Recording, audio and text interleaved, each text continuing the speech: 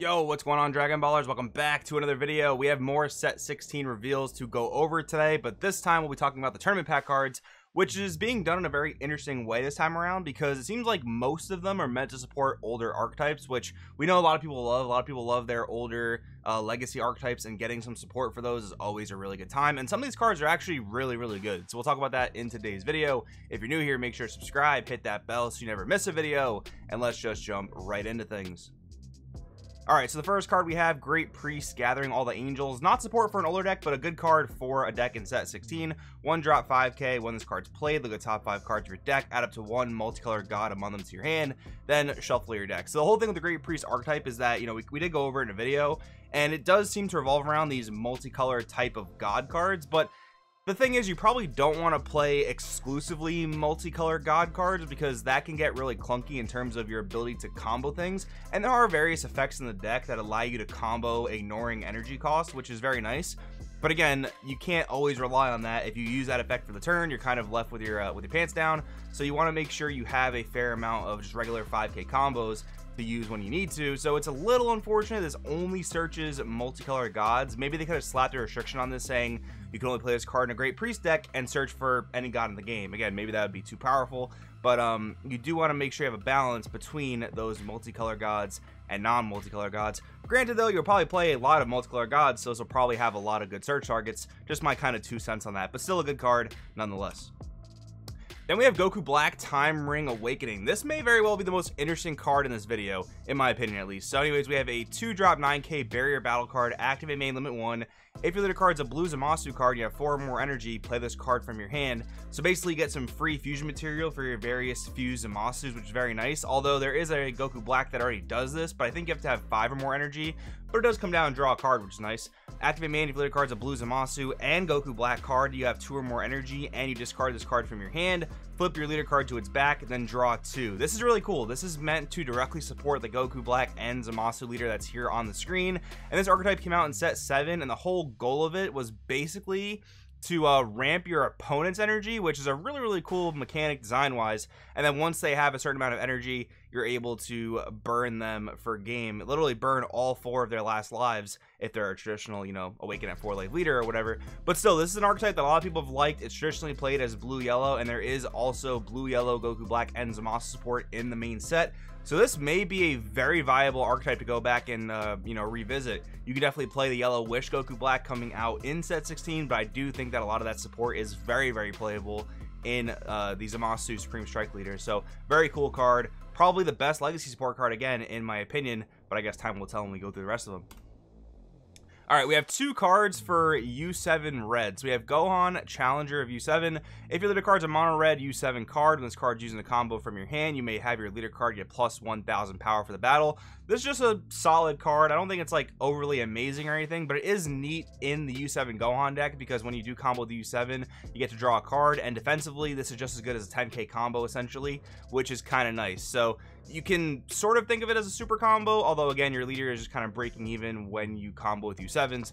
So this can be a pretty solid defensive card against certain aggro strategies. Very nice. Then we have Android 18, Stalwart Assistance. We have a 1 drop 5k. When this card's played, look at the top 5 cards of your deck, add up to 1 red U7 card with energy cost of 4 or less, or 1 red Unison card with a specified cost of 2 among them to your hand, then shuffle your deck. Now honestly, I'm pretty confused as to why they even felt the need to print this card, because in the set that U7 Gohan came out, we already got a 1 drop searcher that literally searches for the exact same cards, and also has an additional effect of when you combo a red skillet, you get to draw a card.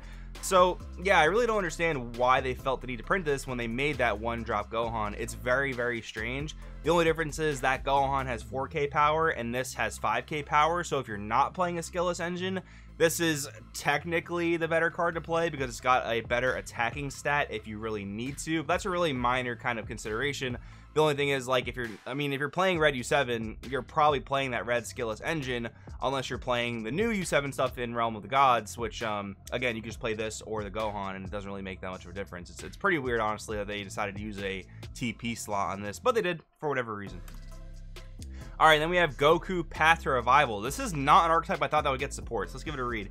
We have a 1-drop 4K. If your leader is a Shenron card, when this card's played, add up to 1 Dragon Ball from your deck or drop to your hand, then shuffle your deck if you look through it.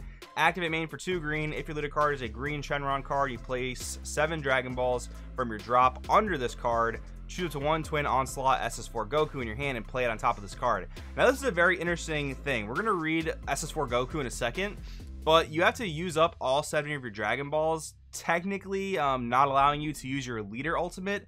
But once your Goku dies, I guess, you can just use your leader ultimate anyway, because the Dragon Balls should just go right back to the drop area once the card's removed.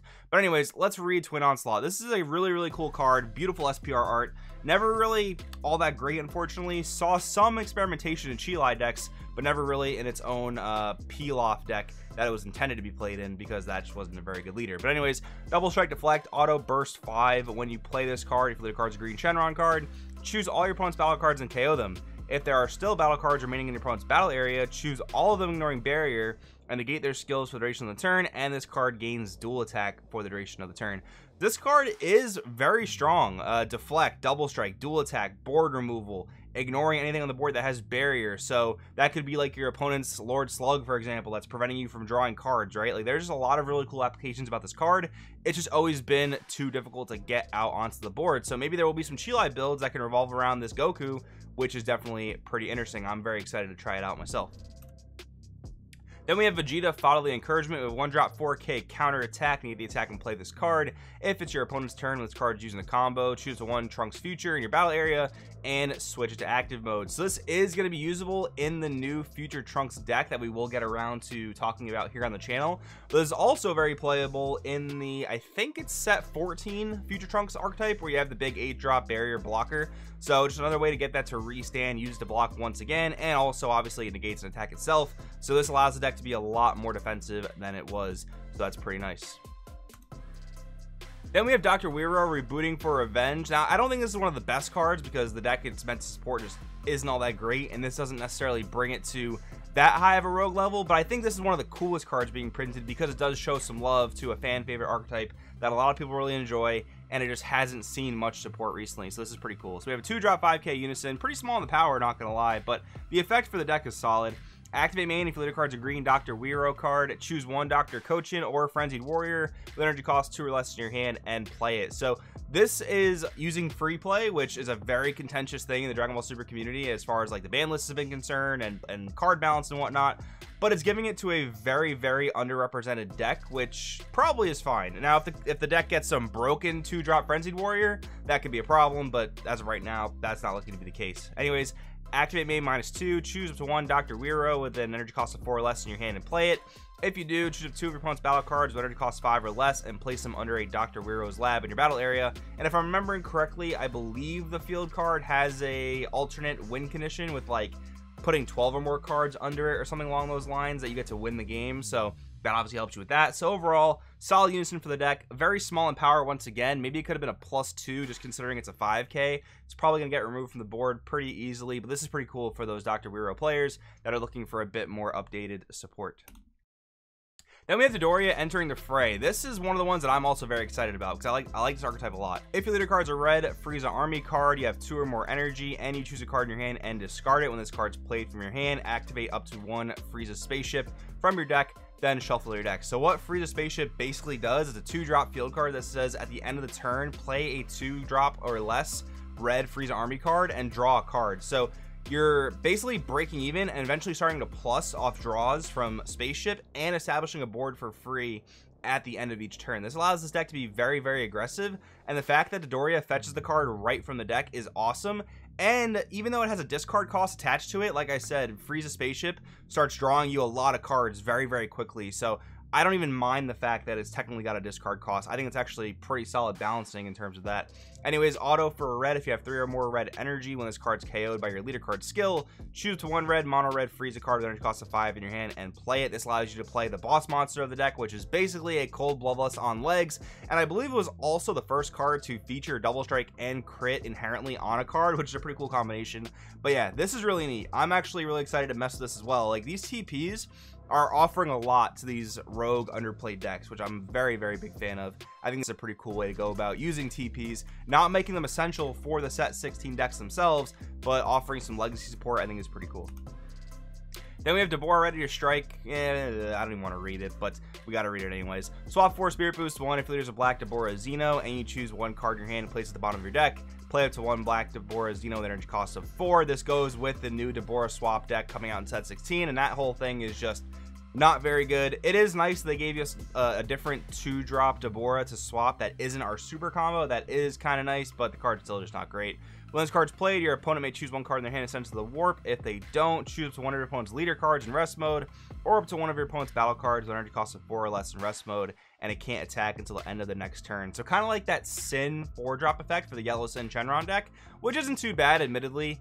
But again, just like these swap effects are so overcosted. Spirit Boost and discarding a card is definitely way too much in my opinion. Next up, we have Demon God Poutine Mind Wiped Malevolence. Another piece of support technically for the Deborah deck, but this one is very generic, much like the other Poutines coming out in the main set.